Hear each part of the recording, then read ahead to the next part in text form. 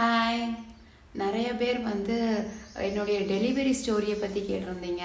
அதுக்கப்புறம் என்னுடைய weight loss பற்றி கேட்டிருந்தீங்க. வெயிட் லாஸ்க்கு அப்புறம் என்னுடைய ஹேர் ஃபால் பற்றி கேட்டிருந்தீங்க. எல்லாமே இந்த வீடியோவில் பார்க்கலாம். எஸ், இந்த வீடியோ என்னுடைய டெலிவரி அர்வி எப்படி பறந்தான் அப்படின்றத பற்றி தான் நான் இன்னைக்கு ஷேர் பண்ணிக்க போகிறேன். வாங்க வீடியோக்குள்ளே போகலாம். என்னடா அர்வி வந்து எப்படின்னா, ஃபர்ஸ்ட் ஸ்டார்டிங் நான் டெலிவரி வந்து எனக்கு April 26 கொடுத்துருந்தாங்க டியூ டேட். ஸோ 10 days முன்னாடி அர்வி பறந்துட்டான். நான் முடிஞ்சளவுக்கு டக்கு டக்குன்னு சொல்லிடுறேன், ஏன்னா அர்வியும் வீடியோவில் இருக்கிறனால. 10 days முன்னாடி எப்படி பறந்தான் அப்படின்னா, ஆக்சுவலி நாங்கள் வந்து மெட்டர்னிட்டி ஷூட் வந்து பண்ணலாம் அப்படின்னு நினச்சிருந்தோம்.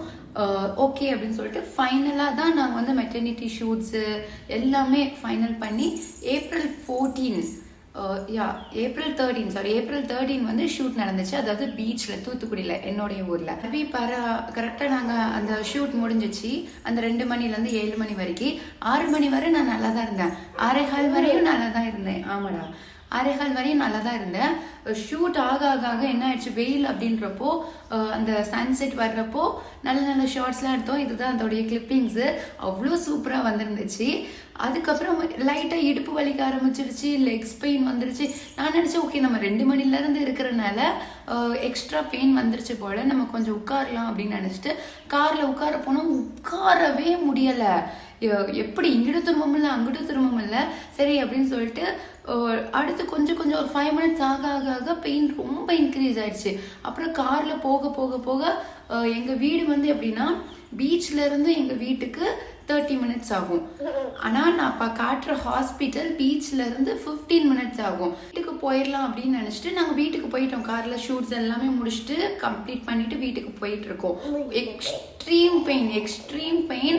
அப்புறம் என்ன நினச்சோம், சரி நாங்கள் கரெக்டாக அந்த வீட்டுக்கு கிட்டனா 30 minutes ஒரு 10 minutes தாண்டி இருப்போம். ஸோ அந்த 10 minutesனா எங்களுக்கு என் மைண்டில் என்ன இருந்துச்சுன்னா, ஹாஸ்பிட்டல்ல இருந்து இங்கே வந்து 5 minutes தான், வீட்டுக்கு போனால் 20 minutes ஆகிடும். வந்து ஹாஸ்பிட்டலே போயிடலாம் அப்படின்னு சொல்லிட்டு ஹாஸ்பிட்டல் போயிட்டோம். எங்கள் அம்மாவுக்கு ஃபோன் பண்ணி நான் ஹாஸ்பிட்டல் போகிறேன், என் ஹஸ்பண்ட் வந்திருந்தாங்க, ஆஷு வந்திருந்தான். ஸோ நாங்கள் ஹாஸ்பிட்டல் போயிட்டோம். போனதுக்கு அப்புறம் அங்கே வந்து கூட்டம். நான் வந்து ஒரு full maxi dress, full makeup, அந்த ஷூட்னா எப்படி இருக்கும்னு தெரியும்ல, அப்படி இருந்தேன். சரி, நான் அங்கேயும் போய் ரீச் ஆயாச்சு. ரீச் ஆனதுக்கப்புறம் டாக்டர் வந்து எமர்ஜென்சின்னு சொல்லிட்டு செக் பண்ணாங்க. ஒரு தனி ரூம் கொடுத்துட்டாங்க. ஓகே, எக்ஸ்பெக்ட் பண்ணலாம் பேபிக்கு அப்படின்னு சொல்லிட்டு படபடன்னு வந்துருச்சு. ஹாஸ்பிட்டலில் டாக்டர் தனி ரூம் கொடுத்துட்டாங்க. அப்போ பேபி வந்துடும் போலயே, ஓகே இதுதான் டெலிவரி லேபர் பெயின் போல அப்படின்னு நினச்சிட்டு, ஃபர்ஸ்ட் ப்ரெக்னென்சி எனக்கு தெரியாது, எக்ஸ்பீரியன்ஸ் கிடையாது. டெலிவரி வந்துடும் போலன்னு சொல்லிட்டு நாங்கள் எல்லோரும் இருந்தோம். எங்கள் அம்மாவுக்கு அங்கேருந்து தான் 30 minutes ஆகுமே. அவங்க அறக்க வந்து தேங்க்ஃபுல்லி என்னுடைய ஹாஸ்பிட்டல் நான் வந்து தெய்வா நர்சிங் ஹோம் தூத்துக்குடியில் காமிச்சிருந்தேன். அந்த ஹாஸ்பிட்டலுக்கு பக்கத்துலேயே என்னுடைய ரிலேஷன்ஸ் வீடு இருந்தனால அவங்க எல்லாரும் சித்திலாம் முன்னாடியே வந்துட்டாங்க டேக் கேர் பண்ணுறதுக்கு.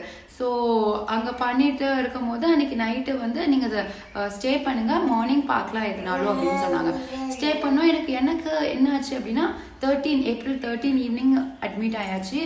14 வந்து பெயினே இல்லை. April 14 வந்து பெயின் வந்து அவங்க என்னதான் வந்து இன்ஜெக்ஷன் அப்படி இப்படி போட்டாலுமே எனக்கு வந்து பெயின் வந்து டிக்ரீஸ் ஆக ஆரம்பிச்சிருச்சு. டாக்டர் என்ன சொன்னாங்கன்னா, நீங்கள் வந்து நைட்டு April 14 நைட் சொல்கிறாங்க. எங்களுக்கு இஷ்டம் என்னடா, பக்கத்து ரூமில் இருக்கிறவங்களுக்குலாம் டெலிவரி ஆகி அவங்க டிஸ்சார்ஜ் ஆகி பேபி கொண்டு வீட்டுக்கே போயிட்டாங்க அந்த ஒரு டேல.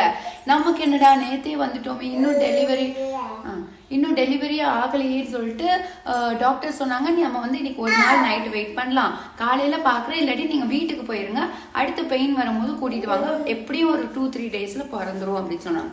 சரி ஓகே அப்படின்னு சொல்லிட்டு நாங்களும் ஜாலியாக நைட்டு எல்லாமே April 14 நைட்டு பேக் பண்ணி வச்சிட்டோம். பேக் பண்ணி வச்சதுக்கப்புறம் காலையில் எப்பயுமே செக் பண்ணிட்டு தான் விடுவாங்க. எஸ், நார்மலாக விடுவாங்கல்ல, அப்படி சொல்லிட்டு 5 o'clock வந்து செக் பண்ண போனோம். எனக்கு வந்து அந்த என்ன சொல்கிறது, அது பேர் என்னது, சோனோகிராஃபி எடுக்கனாலே வந்து அவ்வளோ பயம். ஏன்னா எனக்கு வந்து ப்ரெக்னென்சி விமன் ரிலேட் பண்ணுவீங்களான்னு எனக்கு தெரியாது, எனக்கு வந்து எக்ஸ்ட்ரீம் பயம், ஆரம்பத்துலேருந்து பயம். ஃபர்ஸ்ட் ஆஃப் வந்து நான் ப்ரெக்னென்சி டைம் வந்து அகமதாபாத்தில் இருந்த 5 months. ஸோ தமிழ்நாடு வந்து 5 months. ஸோ அங்கேயும் எனக்கு ஒரு பயம், இங்கேயும் பயம், சோனோகிராஃபினாலே பயம். அவங்க வந்து சோனோகிராஃபி ப்ரொசீஜர் ஆரம்பிச்சிட்டாங்க. அப்போ வந்து எனக்கு ரொம்ப நர்வஸ் ஆகிட்டு, ஏன்னு தெரியல, சடனாக நர்வஸ் ஆகிட்டு. அப்போ டாக்டர் சொன்னாங்க, என்னம்மா ப்ளீடிங்லாம் இருக்குது அப்படின்னாங்க. ஸோ அதாவது பேபியோட ப்ராசஸ் ப்ராசஸ் என்னன்னா தெரிஞ்சிருக்கும். பேபி பறக்க போகுது அப்படின்னா கண்டிப்பாக வந்து ஒன்று ஒயிட் டிஸ்சார்ஜ் ஆகும், இல்லாட்டி ப்ளீடிங் ஆகும், பிளட் வரும். எனக்கு வந்து பிளட் வந்துருச்சு அப்படின்னு சொன்னாங்க அவங்க சோனோகிராஃபி பண்ணும்போது. எனக்கு வந்து அப்போ பறக்க போதா பேபி அப்படின்னு நான் கேட்டேன். ஏன்னா எனக்கு பெயின் இல்லை எதுவுமே இல்லை. அப்போ நான் கேட்குறேன் எனக்கு பறக்க போதா பேபி அப்படின்னு. ஆமா இன்னைக்கு பறந்துருவோம் அப்படின்னு சொன்னாங்க. ரொம்ப ஹாப்பியா இருந்துச்சு. இன்னொரு பக்கம் அவ்வளோ நர்வஸா இருந்துச்சு ஃபர்ஸ்ட் பேபியில. அதுக்கப்புறம் ஆமா உன்னைய பத்தி தான் பேசுறேன். எனக்கு வந்து பெயினே வரல அப்படின்றனால இன்ஜெக்ஷன் கேப்சூல்ஸ்லாம் வச்சாங்க. அப்புறமா வந்து பெயின் வந்துச்சு. 9:30 8:30 5 o'clock அங்கே ரூம்லேருந்து அனுப்புனாங்க. ஒரு 9:30 8:30க்குலாம் பெயின் வந்துச்சு. வரலன்னு சொல்ல மாட்டேன், நல்லாவே வந்துச்சு. என்னால் ஒழுங்காக பொசிஷனில் உட்கார முடியாது, எல்லாமே இருந்துச்சு. நாங்கள் வந்து மார்னிங்கே எக்ஸ்பெக்ட் பண்ணோம், ஓகே டெலிவரி பெயின் வந்துடும், படம் இன்க்ரீஸ் ஆகிடும். ஸோ 10 o'clock ஆச்சு, 10:30 ஆச்சு, 11 o'clock ஆச்சு, பெயினே வரல. பெயின் அப்படியே ஸ்டாப் ஆயிடுச்சு. இன்னொன்று அந்த இன்ஜெக்ஷன் போட்டாங்கன்னா கண்டிப்பாக பெயின் வரணுமா, எனக்கு வரவே இல்லை. நான் நார்மல் ஆயிட்டேன். நார்மலாக வந்து நம்ம உட்கார்றது போகிறது இருக்கிறது எல்லாமே நார்மல் ஆயிட்டேன். டாக்டர் சொன்னாங்க இன்னும் வெயிட் பண்ணலாம் அப்படின்னு சொல்லி. ஒரு சாயங்காலம் ஒரு 3 மணி ஆச்சு. 3 மணி அப்போ மறுபடியும் செக் பண்ணாங்க. பொசிஷன் எல்லாமே கீழே எனக்கு வந்து கரெக்டான பொசிஷன் இருந்துச்சு. அதாவது நார்மல் டெலிவரிக்கு எப்படியோ அந்த பொசிஷன் தான் இருந்துச்சு. சரி ஓகே நமக்கு ஒரு டெலிவரி ஆயிரும் அப்படின்னா எனக்கு பெயின் வராதுனால ரொம்ப வெயிட் பண்ணி பார்த்தாங்க. ஆனால் சி செக்ஷனை பொறுத்த வரைக்கும் அந்த இன்ஜெக்ஷன் போட்டாங்கன்னா கண்டிப்பாக சி செக்ஷன் பண்ணி ஆகணும் டெலிவரியை பொறுத்த வரைக்கும். அதனால அவங்க வந்து சி செக்ஷன் பண்ணிடலாம் அப்படின்னா. ஆனால் சி செக்ஷனுக்கு முன்னாடி ஒரு செக்அப் கூட்டு போனாங்க. என்னையா கூட்டு போகும்போது அது வந்து என்னன்னா லிட்டரலி அது ஒரு லேபர் வார்டு. நான் போன ஹாஸ்பிட்டல் வந்து ரொம்ப சூப்பராக பார்ப்பாங்க. லேபர் வார்டில் என்னாச்சு அப்படின்னா லிட்டரலி அது ஒரு சின்ன ஹாஸ்பிட்டல் தான், பட் சூப்பராக பார்ப்பாங்க. அதுதான் அப்போ வந்து எனக்கு பக்கத்தில் இன்னொரு பொண்ணுக்கு டெலிவரிக்கு பார்த்துட்டு இருந்தாங்க. பட் அவங்க அந்த மூமெண்ட்ல இருந்தாங்க. அந்த இதை பார்த்தோன்னே எனக்கு என்ன ஆயிடுச்சு, அந்த சுச்சுவேஷன் அந்த ஒரு ப்ரெஷர் ஏரியா பார்த்தோன்னே எனக்கு வந்து அப்படி ஒரு பயம் எக்கச்சக்கமான பயம். 4 மணிக்கு நீ வந்து அங்க அந்த கூட்டு போகும்போது கூட்டிட்டு போயிருந்தாங்க. அங்க பார்த்தோன்னே எக்ஸ்ட்ரீம் பயம் ஆயிடுச்சு, உலகமாக பயம். அப்போ டாக்டர் கிட்ட நான் அந்த பயத்துல எனக்கு படன்னு வந்துருச்சு, எனக்கு நார்மல் டெலிவரியே வேண்டாம் அப்படின்னு. ஆக்சுவலி வாலண்டியராக நான் தான் சி செக்ஷன் வேணும்னு வந்து டாக்டர்கிட்ட கேட்டேன். டாக்டர் எனக்கு ரொம்ப பயமாக இருக்குது, better we can go with C section அப்படின்னு. உடனே பயப்படாத பார்க்கலாம், உனக்கு அந்த நார்மல் டெலிவரிக்கான இது இருக்குது, பட் வி கேன் வெயிட் அப்படின்னாங்க. ஒரு 2 hours வெயிட் பண்ணுவோம் அப்படின்னாங்க. ஓகே அப்படின்னு சொல்லிட்டு அவங்க கரெக்டாக அந்த வாட்டர் வந்து பிரேக் பண்ணி விட்டாங்க. எனக்கு நல்லா தெரியும் வாட்டர் வந்து அவங்க சோனோகிராஃபியே எனக்கு எவ்வளோ பயம் சொன்னேன். ஆனால் சோனோகிராஃபியில் வந்து பிரேக் பண்ணி விட்டாங்க வாட்டரை. பிரேக் பண்ணி விட்ட உடனே டாக்டர் அழ ஆரம்பிச்சிட்டாங்க.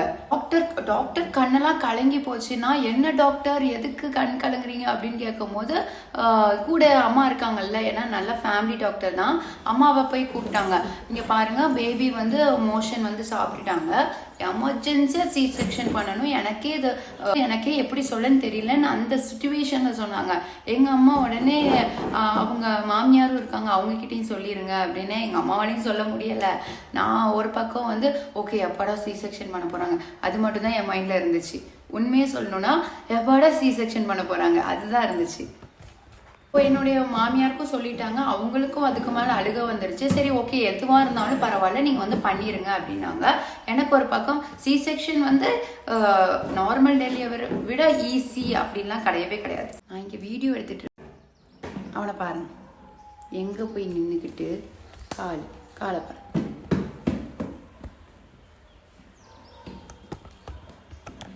செக்ஷன் பண்ணணும்னு முடிவு பண்ணிட்டாங்க. அதுக்கப்புறம் அதுக்கான ப்ராசஸ் எல்லாமே ஆரம்பிச்சிருச்சு. அங்கேருந்து கரெக்டாக இன்னொரு ஆப்ரேஷன் தியேட்டருக்கு கூட்டிகிட்டு போயிட்டு சி செக்ஷன் பண்ணுற போது டாக்டர் இருந்தாங்க, 2 டாக்டர்ஸ் இருந்தாங்க, ஒன்று மேல் இன்னொன்று வந்து ஃபீமேல். ஹஸ்பண்ட் அந்த ரூம் வந்து ஒரு டிஃப்ரெண்ட்டாக இருந்துச்சு. அந்த ஹாஸ்பிட்டலை பார்க்க தான் ஒரு மாதிரி இருந்தாலும் ரூம் பார்க்க லைக் அந்த ஆப்ரேஷன் தியேட்டர் மாதிரியே ஃபீல் இல்லை. சுற்றி வந்து ட்ரீஸு அந்த மாதிரிலாம் வச்சுருந்தாங்க. ரொம்ப நல்லா இருந்துச்சு ஆக்சுவலி அந்த ரூம். அந்த ரூம்குள்ளே போயிட்டு அவங்க பேச ஆரம்பிச்சாங்க டாக்டர். அதாவது பேக் போனில் வந்து இன்ஜெக்ஷன் போடும் போது பெயினாக இருக்கும் அப்படின்னு நிறைய பேர் சொல்லி நான் கேள்விப்பட்டிருக்கேன். அதனால அவங்க பேசிக்கிட்டே இருந்தால் வலி தெரியாது அப்படின்னு சொல்லிட்டு உங்களுக்கு எப்படி ஃபீல் பண்ணுறீங்க எப்படி இருக்கு, எனக்கு வந்து ஒரு இன்ஜெக்ஷன் போட்டாங்க, எனக்கு அனஸ்டேஷியா போட்டுட்டாங்க. அதனால ஆப்ரேஷன் பண்ணுறேன்னா அப்படி பண்ணுவாங்கல்ல, ஸோ அதை போட்டாங்க. பேக் பெயினில் இன்ஜெக்ஷன் போட்டாங்க. எனக்கு சுத்தமாக பெயின் இல்லை, எதுவுமே இல்லை. அந்த ஆப்ரேஷன் பண்ண மாதிரியே ஒரு ஃபீல் இல்லை. ஏன்னா நல்ல ஒரு டேக் கேர் பண்ணிக்கிட்டாங்க என்னையா. அதுக்கப்புறம் அந்த இதுலேருந்து ஒரு ரூமுக்கு கூட்டிகிட்டு போய் அர்பியா கரெக்டாக இப்படி எடுக்கிறாங்க. எடுக்கும் போது டாக்டர் சொல்கிறாங்க ஷார்ப் ஐஸ் இயர்ஸ் அப்படின்னு. உடனே நான் இப்படியே பார்த்தேன். எனக்கு வந்து நல்ல கான்ஷியஸ் இருந்துச்சு என்னென்ன நடக்குன்னு. உனக்கு தான் என்னென்ன நடக்குன்னு எல்லாமே நான் பார்த்துக்கிட்டு தான் இருந்தேன். அந்த அளவுக்கு வந்து அன்கான்ஷியஸாக நான் எதுவுமே போகல, தலைவலிக்கல, நார்மலாக இப்போ நான் எப்படி இருக்கணும் இப்படி படுத்துருந்தா அவங்க ஆப்ரேஷன் பண்ணிட்டு இருந்தாங்க. ஸோ பேபிஸ்க்கு வந்து லெக்ஸில் ஹேண்ட்ஸில் எல்லாமே வந்து இந்த டேப்லாம் போட்டு வச்சுருப்பாங்க அப்சர்வேஷனுக்காக. ஸோ நான் அதை பார்த்து பயந்துட்டேன், என்னாச்சு, எதுக்கு அப்படி வச்சுருக்கீங்க, எதுக்கு அப்படி வச்சுருக்கேன். இல்லை அது நார்மலாக எல்லா பேபிஸ்க்கும் வைக்கிறதான்ட்டாங்க. ஸோ எனக்கு வந்து 3 hours வந்து நான் சொன்னாங்க நீங்கள் எல்லாம் தூங்கணும், ஆனால் ஏன் தூங்க மாட்டேங்கிறீங்க அப்படின்னாங்க. நான் சொன்னேன் எனக்கு தூக்கம் வரல, எனக்கு நீங்கள் இன்ஜெக்ஷன் போட்டாலுமே எனக்கு அந்த தூக்கம் வரல அப்படின்ட்டேன். 3 hours முடிஞ்சிச்சு. அதாவது 6:06க்கு அர்வி பறந்தான். 7, 8, 9, 10 o'clock தான் நான் ஆக்சுவலி ரூம்க்கே போனேன். அப்போ என்னோட பேபியை வந்து 7க்குலாம் கொடுத்துட்டாங்க எல்லாத்தையும். நான் மட்டும்தான் அதுக்கப்புறம் இருந்தேன். கொஞ்ச நேரம் தூங்கினேன், கொஞ்ச நேரம் பேசி. அங்கே ஒரு நர்ஸ் வந்து நல்லா ஃப்ரெண்ட்லி பேசிக்கிட்டே இருந்தாங்க. ஏன்னா எனக்கும் தூக்கம் வராதனால அவங்களுக்கு என்ன பண்ணேன்னு தெரியல. நர்ஸும் நல்லா கோஆப்ரேட் பண்ணி ஃப்ரெண்ட்லியாக இருந்தாங்க. நான் ஏன் இதை ஜாலியாக சொல்கிறேன்னா எனக்கு அப்போ வரைக்கும் பெயினே தெரில. ஏன்னா அம்மாக்கு இன்ஜெக்ஷன் போட்டிருந்தாங்கடா. ஆமா, இன்ஜெக்ஷன் போட்டனால லோவர் பாடி ஃபுல்லா அம்மாக்கு பெயினே தெரியல, ஆப்ரேஷன் பண்ண ஃபீலே இல்லை. அப்புறம் ரூமுக்கு கூட்டு போயிட்டாங்க. ரூமுக்கு கூட்டு போனாங்க. ஒரு 11 o'clockல இருந்து அப்படி ஒரு பெயின் தான் எனக்கு அழுக வந்துச்சு. என்னால முடியல அப்படின்னு. ஏன்னா என்னால வந்து எனக்கு வந்து எதை தாங்கிக்க முடியலன்னா என்னால போய் ரெஸ்ட் ரூம் போக முடியல, என்னால இப்படி எந்திக்கணும்னா எந்திக்க முடியல. அப்பதான் டெலிவரி ஆகி வந்திருக்கேன், ஆனா என்னால முடியல. அதை தாங்கிக்க முடியாம எனக்கு வந்து அழுக வந்துருச்சு. அதுக்கப்புறம் ஏன்னா நான் அழுத மூமெண்ட்னா வந்து அதுதான் ஆக்சுவலி எனக்கு அழுத மூமெண்ட்னா என்னால் முடியலை அப்படின்றத நினைக்கும் போது தான் எனக்கு அழுகையே வந்துச்சு. அதுக்கப்புறம் ரொம்ப ஃபீல் பண்ணிட்டு இருந்தேன். அருவி அப்புறம் பிறந்தப்போ என்னுடைய மதரின்லாவும் அம்மாவும் வந்து ஸ்டே பண்ணி கூடவே இருந்தாங்க. ஹாஸ்பிட்டலில் ஃபுல் அண்ட் ஃபுல் இருந்தாங்க, கம்ப்ளீட்டாக டேக் கேர் பண்ணுறதுக்கு. 13 ஹாஸ்பிட்டல் போனேன், 14 இருந்தேன். 13 full and full hospital, 14 full and full hospital. மார்னிங்ல தான் பெயின் ஆச்சு. 15 ஈவினிங் 6:06க்கு தான் அருவி வந்து பிறந்தான். ஸோ இதுதான் என்னுடைய டெலிவரி ஸ்டோரி. நிறைய பேர் என்னுடைய ஏன் சி செக்ஷன் கேட்டுட்டு இருந்தீங்க. அவங்க எல்லாருக்கும் தான் அந்த டீட்டெயில் வீடியோ இதுதான். அதுக்கப்புறம் ஸ்டில் அந்த டாக்டர் சொல்லுவாங்க நீங்கள் ஷூட்காக வந்தீங்க, ஷூட்டிங் எடுத்த மாதிரி டெலிவரியும் பண்ணிட்டு போயிட்டீங்க அப்படின்னு. அப்போ வந்து பறக்கும் போது அருவி வந்து இப்படி தான் இருப்பான். இந்த ஃபோட்டோ தான் அருவி எக்ஸாக்டா இப்படிதான் இருப்பான். குறுகுறுன்னு பார்த்துக்கிட்டே இருப்பான். இப்பயும் டாக்டர் வந்து சொல்லுவாங்க நீ எப்போ பார்த்தாலும் என்ன குறுகுறுன்னு பார்த்துக்கிட்டே இருக்க, எப்பந்தான் என்னை பார்த்து சிரிப்ப அப்படின்னு. ஸோ அது பறந்த ஃபோட்டோ தான் அது. ரொம்ப சப்பியா இருப்பான், ஹைட்டா இருப்பான். 3.200 kg அருவி. கரெக்டான வெயிட் தான். என்னுடைய ப்ராப்பர் டெலிவரி டீட்டெயில் ஸ்டோரி. இதுக்கப்புறம் எனக்கு என்ன சொல்லன்னு தெரியல. அப்படியே ஷூட்டுக்கு போயிட்டு அதுக்கப்புறம் டெலிவரி அங்கே 2 நாள் இருந்து அதுக்கப்புறம் டெலிவரி ஆகி ஒரே ஹெக்டிக்காக போச்சு. அப்புறம் ஒரு 3 daysல வீட்டுக்கு வந்துட்டேன். வீட்டுக்கு வந்ததுக்கப்புறம் April 26 ஆக்சுவலி என்னுடைய பர்த்டே. அன்னைக்கு தான் அருவி வந்து பறப்பான் அப்படின்னு எக்ஸ்பெக்ட் பண்ணோம். பட் ஒரு 10 daysக்கு முன்னாடியே பறந்து சொல்லுவாங்களா பேபிஸ்னா 10 days முன்னாடி பறந்துருவாங்க அப்படின்னு. அதே மாதிரி அருவியும் பறந்துட்டான். இப்போ தான் 1 year பர்த்டேலாம் முடிஞ்சு ரிலாக்ஸ்டாக உட்காந்துருக்கோம். இந்த வீடியோ உங்களுக்கு ரிலேட் ஆகும்னு நினைக்கிறேன். உங்களுக்கும் இந்த மாதிரி ப்ரெக்னென்சி டைம் வந்து இந்த மாதிரிலாம் ஆச்சா, இல்லை உங்களுக்கு எப்படி டெலிவரி ஆச்சு அப்படின்றதெல்லாம் கமெண்ட் செக்ஷனில் கமெண்ட் பண்ணுங்க. அண்ட் மறக்காம நம்ம பேஜை சப்ஸ்கிரைப் பண்ணிக்கோங்க. இன்னும் நிறைய வீடியோஸ் வரணும் அப்படின்னா கண்டிப்பாக நம்ம பேஜை வந்து ஃபாலோ பண்ணி வச்சுக்கோங்க. AR Arvind Kumar. So yes, say bye சொல்லுமா, பாய். ஸோ இன்னும் நிறைய வீடியோவில் உங்களை வந்து பார்க்குறேன். அது வரைக்கும் பாய்.